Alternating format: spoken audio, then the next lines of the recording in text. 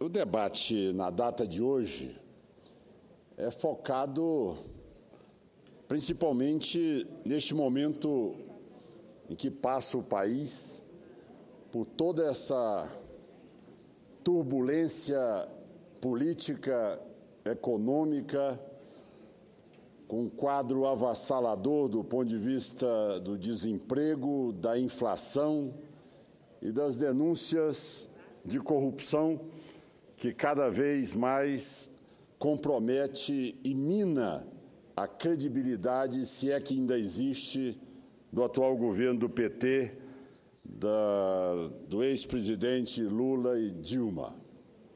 Senhor presidente, nós não conseguimos entender o ajuste fiscal proposto pelo ministro Levi. Tem hora que ele volta à prática do ex-ministro Mantega.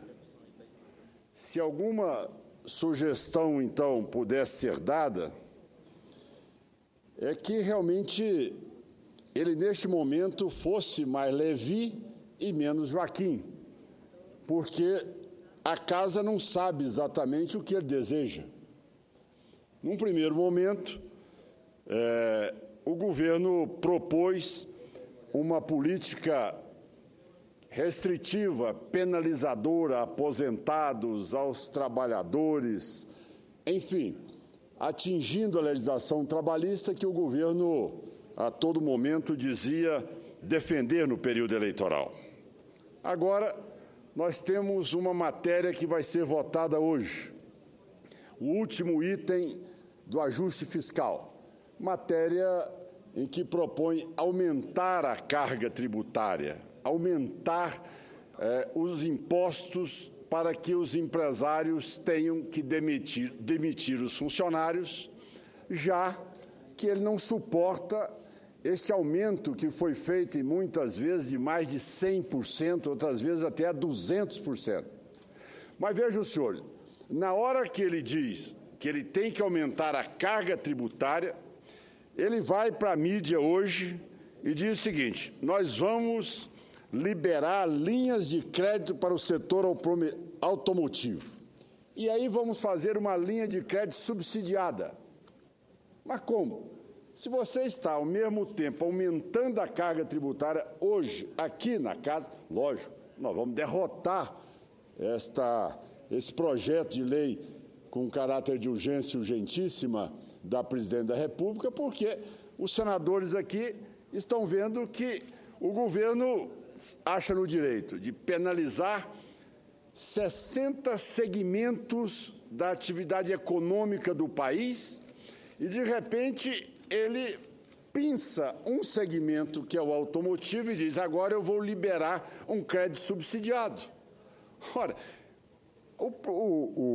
os senadores e senadoras não tem como avalizar essa proposta da presidente Dilma, porque, além do mais, com toda essa prepotência com que o governo, sem consultar a sua base, muito menos o que pensam os senadores, se acha no direito de achar e de escolher, como escolheu os campeões, para drenar toda a verba do BNDES e aí sim se servir dela no caixa 2 da campanha eleitoral.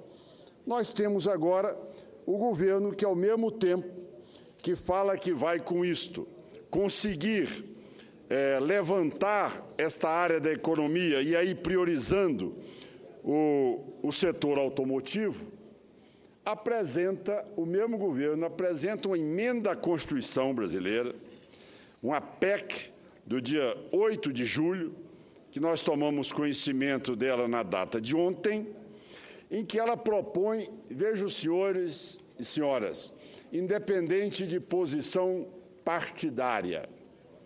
Veja o presente da presidente Dilma e também do ministro Levi às regiões do Norte, Nordeste e Centro-Oeste. Resolveu ampliar a abrangência exatamente da DRU, da desvinculação de receitas da União. E aí colocou como receitas que serão ali bloqueadas 30% para que pudesse ser utilizada pelo governo, principalmente para fazer superávit primário, né, já que ela não consegue arrecadar e muito menos fazer o país crescer. Contribuições sociais e econômicas, a regra atual é de 20%, passa para 30%. Agora vejam bem o presente que é dado ao Norte, Nordeste e Centro-Oeste. Eu chamo a atenção dos nossos pares. Criou exatamente esse contingenciamento, esse bloqueio, essa retirada de 30% do FCO, do FNE e do FNO, ou seja, Fundo Nacional do Nordeste, Fundo do Centro-Oeste e Fundo do Norte, que são exatamente, senhor presidente, verbas e repasses que nos foram concedidas à época da Constituinte, onde o legislador, à época, viu a necessidade dessas regiões terem um tratamento diferenciado para poder competir amanhã com a região Sul e Sudeste, que havia muito mais uma infraestrutura ampliada e em condições de competitividade. O que o legislador quis foi exatamente tentar produzir com este repasse de 3% do IPI e do Imposto de Renda, dar um mínimo de oxigênio aos empresários, aos produtores rurais, enfim, a todo o setor produtivo dessas 3 regiões do país, um crédito que tivesse, sim, um custo diferenciado.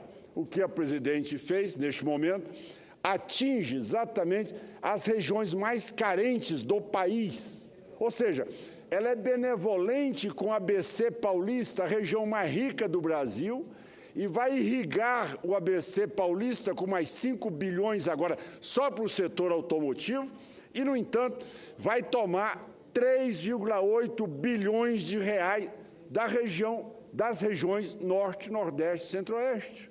Ou seja, é inimaginável, é inadmissível nós aqui imaginarmos que a presidente da República acha que dará conta de aprovar uma emenda constitucional que depende de 49 votos em 2 votações no Senado Federal, 308 votos em 2 votações na Câmara dos Deputados, desmerecendo aqui a presença e a representatividade dessas bancadas de 3 regiões que, de maneira alguma, vão admitir serem penalizadas por essa retirada daquilo que é único, vamos dizer, oxigênio para que o cidadão sobreviva com custos menores de empréstimos, exatamente o FCO.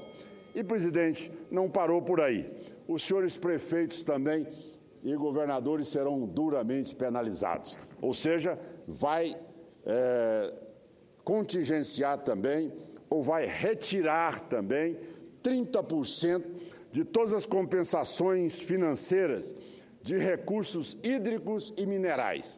Os estados já recebem pouco, os municípios também, e a partir de agora, este repasse que era feito, essas contribuições que eram feitas para os municípios banhados, principalmente pelas hidrelétricas, e aqueles municípios que têm em seu território mineradoras, eles terão também um contingenciamento de 30% de toda essa receita. Com isso, senhor presidente, fica claro... Permite uma parte, senador Ronaldo Caiado. Pois não, senador Félix. Eu estava escutando vosso...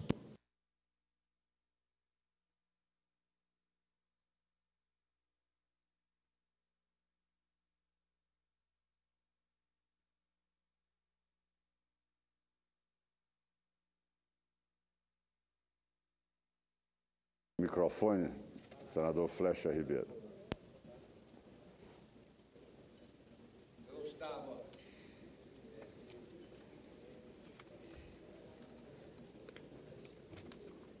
Vamos lá, Flechinha.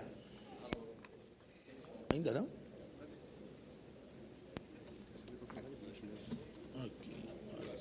Alô, agora, presidente. Eu escutava o pronunciamento de Vossa Excelência e vinha me dirigir aqui ao plenário e Vossa Excelência ainda na tribuna, falando de algo que traz uma angústia a todos nós.